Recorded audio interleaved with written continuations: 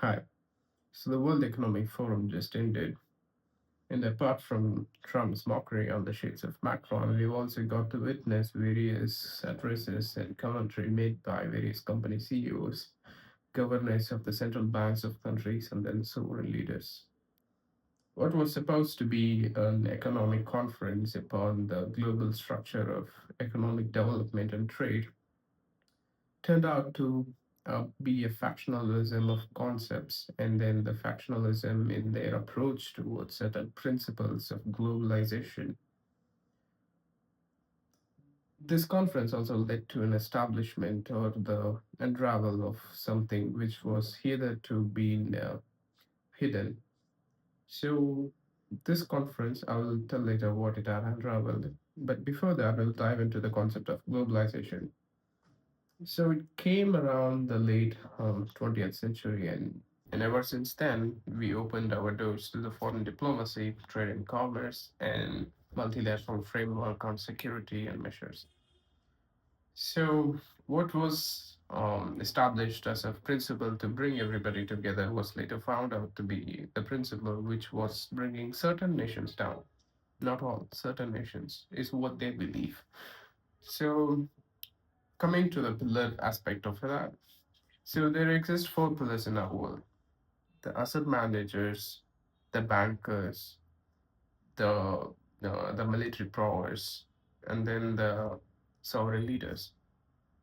Certain sovereign nations, worried about their independence, have said no to globalization and refused giving access to their resources for the foreign elements. And we can't blame them for that. They have put their own national interest about the come take my food, give something else for that principle. So certain countries like that are Russia and China.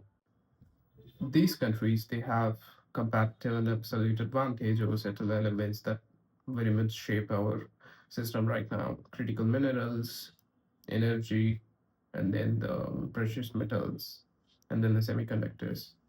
So they do not want to trade off their independence in the name of globalization and then provide economic ties insofar as they can be made to do what you want by imposing sanctions upon them. So their view in that regard is very much valid. And coming back to the pillar system, what do these people want? How this system got formed? We do not know because the the instrument that made this possible is money, and money we believe is something which adds value, measures value, but in reality it is just our faith in a piece of paper that is literally money that certain authorities promising you to be a certain value, but if you lose your faith in that, that paper immediately becomes worthless. So that instrument, that paper decided how this stress system is going to be formed. So asset managers are like at the top of the food chains. They manage trillions of assets. They do not own it directly, but they basically manage trillions of assets. And then comes the banks, which we use for deposit and lend money, and they print money technically by way of loans. Basically, they're just printing new money, and we are just waiting to obtain it. So, and then comes the military, and then comes the technologist or the sovereign leaders. So, looking at what this asset managers wants, for example, Vanguard, BlackRock, whatever you call it, what they want is to have a transboundary capitalization.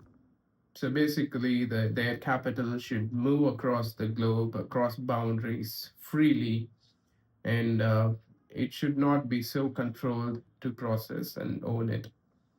And what do these sovereign nations want? We want independence. We want more controls among the nations, and we want to have capital, but we do not want it to flow just as if we are setting it up. And then comes the military prowess. Military prowess is not a separate entity per se, but it is sovereign nation with military prowess. acting as a separate pillar. For example, US. They want to enforce the principles or rules set forward by the asset managers. So for military operations, they need capital, and for all these, you know, capturing of, I can't say capture, but yeah, for making peace, for the initiative making peace for the globe. So they act under the guidelines or the rules set forward by the asset managers. Because as you can imagine, without capital, the military prowess is nothing. They cannot fund their own resources. They cannot fund their own initiatives, their own missions. So they act to enforce whatever the requirement of the asset managers are. And then comes the technologist. And technologists are like innovative companies, Tesla, Nvidia, etc. They became so important recently because before that, we do not fund a project so much as we are doing today.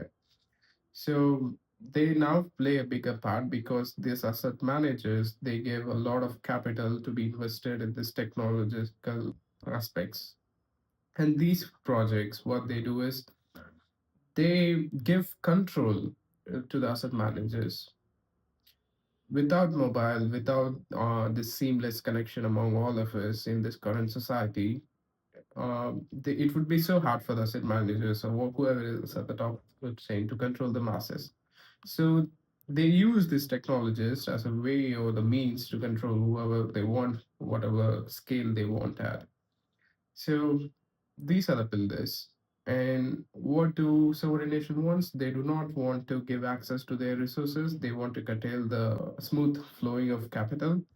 And asset managers, they basically want the capital to flow smoothly across boundaries. And technologists, they want to control. They want the control. They want to innovate. And in the name of innovation, we become their own, puppets. And there is this central banks, so the banking infrastructure, banking companies. What they want is they do not want to be left out. They do not want to be irrelevant in this system of money. What we have today is a physical form of money or digital right now, which is in form of physical. But what these capital asset managers are suggesting is that we should have a blockchain-ish technology where the money can move smoothly across boundaries. Bankers, if that happens, their existence becomes questionable because they want the deposits. They want to make money by crediting loans by way of interest. If that ceases, then there is no income for the banks. So right now, banks too are inventing their own digital currencies, but their fear is that somehow in the line they can be, if the asset managers and the sovereign nation decide, be left out. But it's so hard, but it is possible, and that is why they are more feared of it. And that is it, guys. So these are the hidden elements that have been unraveled in this conference. And at the ultimate result of this conference was that most of the nations, most of them, they want to put their national interest above the globalization. And they want to build an infrastructure where globalization supports only as much as the countries allow it to. So that's it.